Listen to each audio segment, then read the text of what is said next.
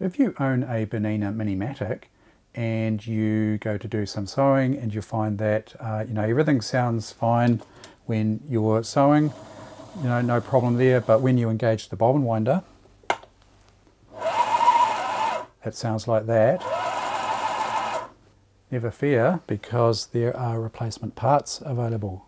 This particular machine here is an 807 Minimatic, but this bobbin winder will fit models 707 through 709, 717, 729, 801, 801S, 802S, 803S, 807, 809, 810, 817 and 819 models. So, it covers quite a few different models there. I'll link the model numbers down in the description below there. As you may know, with these machines, you can disengage the stop motion clutch there, and we can go into standard bobbin winding mode. We just need to engage the bobbin winder, and you can hear that horrible noise. And that's quite an easy fix, really. So all you need to do really is find yourself one of these bobbin winders. If you'd like to purchase one, just have a look in the description there. I'll leave a link to my website, and you can hop across to there and send me an email, and I can provide you with one of these if I've got them in stock. Anyway, today I was going to show you how to replace the bobbin winder here. Now, on these machines, to open the lid, you open this front door here, and I'll just switch the machine off there in the meantime.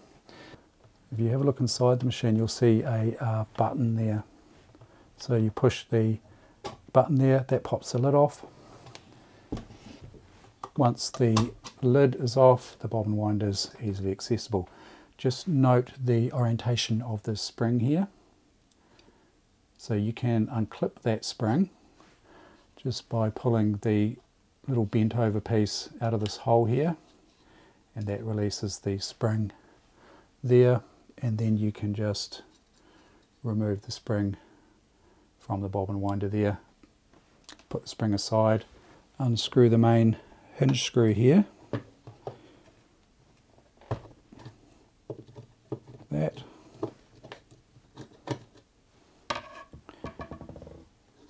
and just note there is a little spring washer.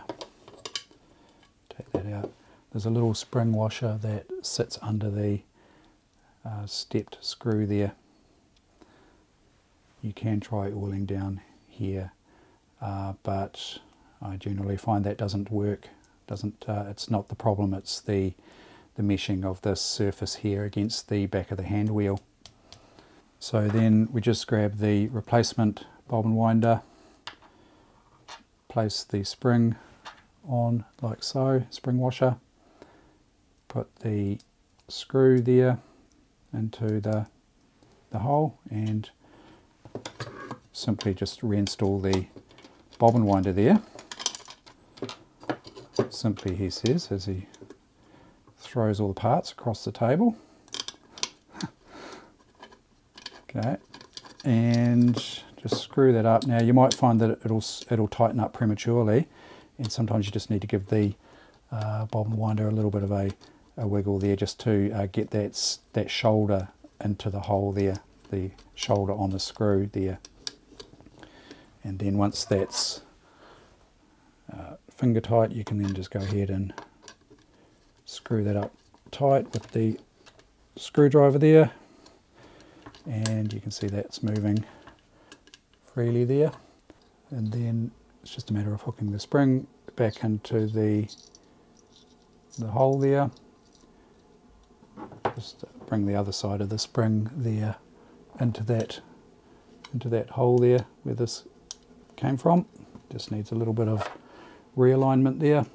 Just line that up with the hole and just give it a push down into the hole like that, and you can see that this pops back and forward nicely there. Now I would suggest that a very small amount of oil, a very, very small amount of oil down in this, just at this top of the surface here.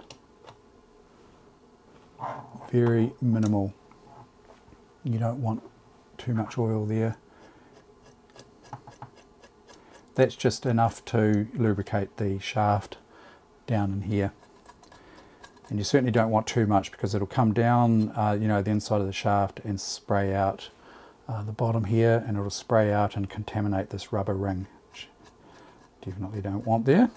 And then it's just a matter of installing the lid there. Just clip it down like so. Turn the machine back on, and let's have a listen to it now. A lot nicer. So let's have a listen to the before shot. It sounds like that. And this is the after shot. Nice.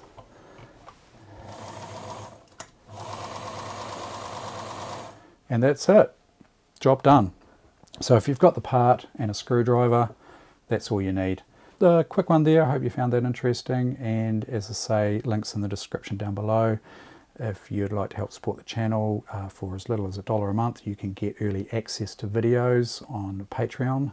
So you can visit patreon.com/sewing machines. And of course, thanks always to my patrons on Patreon, and thank you very much for watching.